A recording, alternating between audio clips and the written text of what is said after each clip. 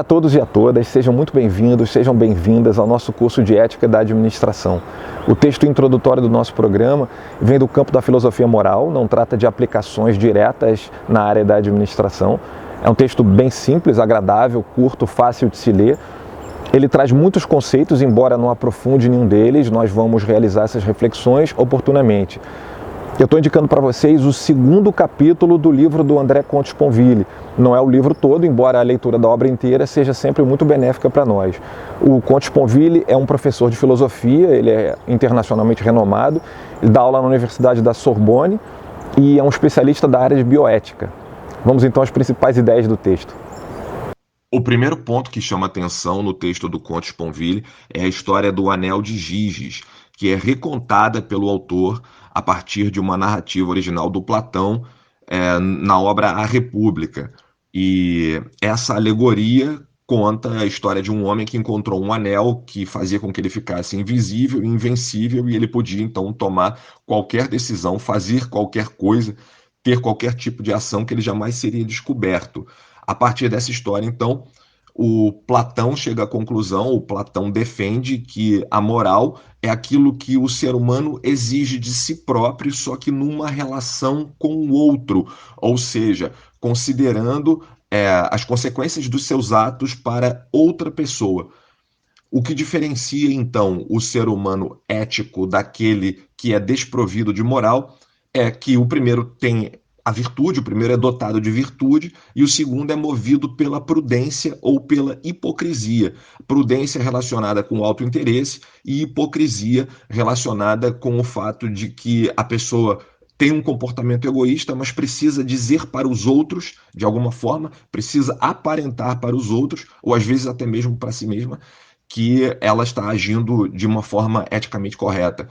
A gente atualiza, hoje em dia, talvez a gente atualize essa história hoje em dia para aquela famosa expressão, para aquela expressão bastante conhecida, muitos de nós usamos, que então, depois, à noite, quando você se deitou e colocou a cabeça no travesseiro, a sua consciência estava tranquila. Então é isso, quando você está sozinho com você mesmo, quando você olha para o espelho, você está bem consigo mesmo.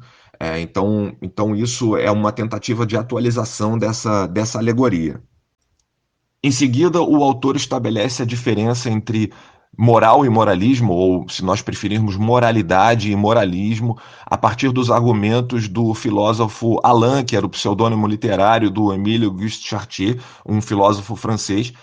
E essa distinção é importante para mim, principalmente hoje em dia, porque cada vez mais nós discutimos essa coisa dos costumes, não é? Isso está muito em voga, principalmente na discussão política.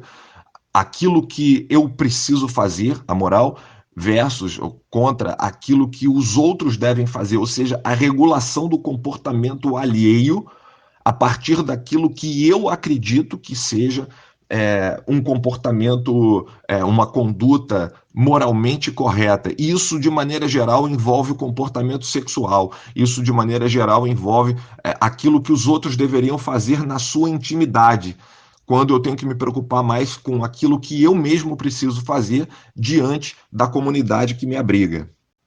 Chegamos, então, ao paradoxo da moral, que é exatamente uma maneira que nós temos de desmontar, através da teoria, aquela questão de que ética cada um tem a sua, não é? Que é completamente equivocada, mas muitas pessoas utilizam esse argumento. Então, cada um tem a sua própria ética. Se eu estiver bem comigo mesmo, então isso significa que eu estou agindo de maneira ética, que eu estou agindo de forma moralmente adequada. E isso está completamente equivocado, é lógico. Não existem tantas morais quanto existem indivíduos no mundo. Ou seja, a forma de agir de um indivíduo não está sempre certa por causa da sua forma de pensar. Não, a moral vale na primeira pessoa, mas ela tem a tendência universalizante, ou seja, eu preciso entender que o ato moral tem consequências para todo ser humano. Consequências com relação ao agir moral, ou seja, se eu posso agir de uma determinada forma, todas as pessoas também podem agir daquela maneira, todas as pessoas também deveriam agir daquela maneira. Assim, nós chegamos ao enunciado do imperativo categórico, pelo Immanuel Kant, que é um filósofo que vai nos acompanhar ao longo de todo o curso. ele estabeleceu o seu imperativo categórico por meio de 3 formulações diferentes, e eu estou colocando aqui a definição mais completa de todas as 3, né, das 3. E essa definição é: haja unicamente de acordo com uma máxima, tal que você possa querer que ela se torne uma lei universal. Ou seja, ao agir, eu preciso defender que eu ajo daquela forma, mas eu também advogo que todas as outras pessoas poderiam agir daquela mesma maneira.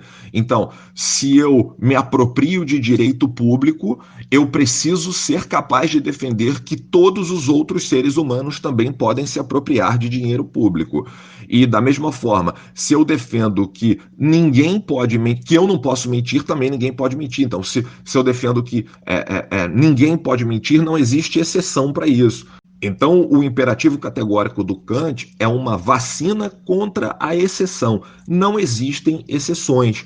A ética kantiana tem, então, uma pretensão universalizante. Algo que seja defendido para um único ser humano pode ser defendido também para todos os outros seres humanos.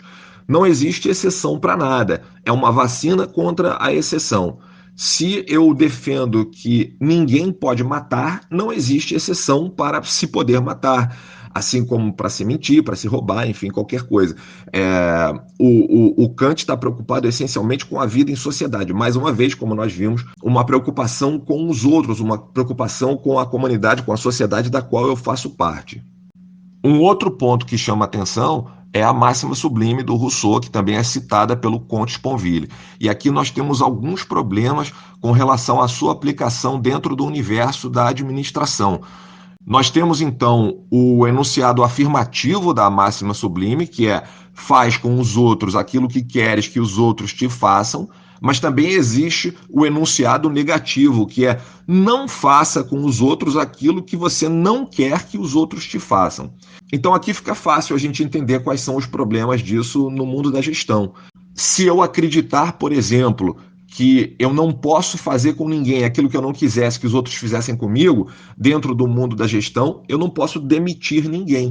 Além disso, talvez a competição entre as empresas concorrentes num determinado mercado estaria completamente proibida, já que eu não gostaria que ninguém se comportasse com a minha própria organização de uma maneira que a prejudicasse na arena de mercado.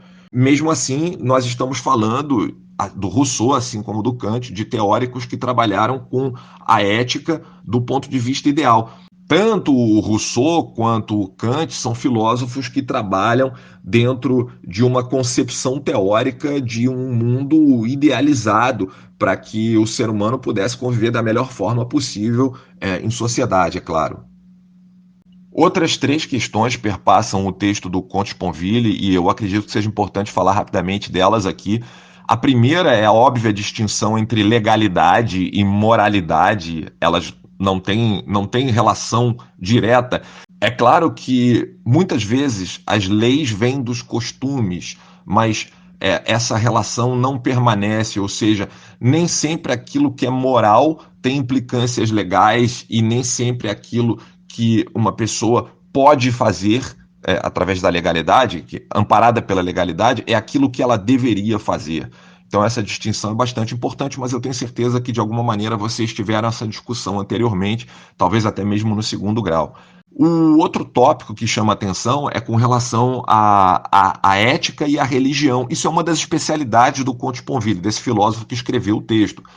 E essa relação entre ética e religião é um ponto que retorna hoje em dia com mais interesse, obviamente, devido a essa mistura que existe, principalmente na política, ou novamente na política, entre a instância religiosa e a instância dos comportamentos. Então, nós temos hoje, em muitos casos, religiosos ditando comportamentos da sociedade com base numa concepção particular a respeito do que é a própria religião, não é? A respeito do que é a relação do ser humano com a instância divina, seja lá como for que nós queiramos denominar isso.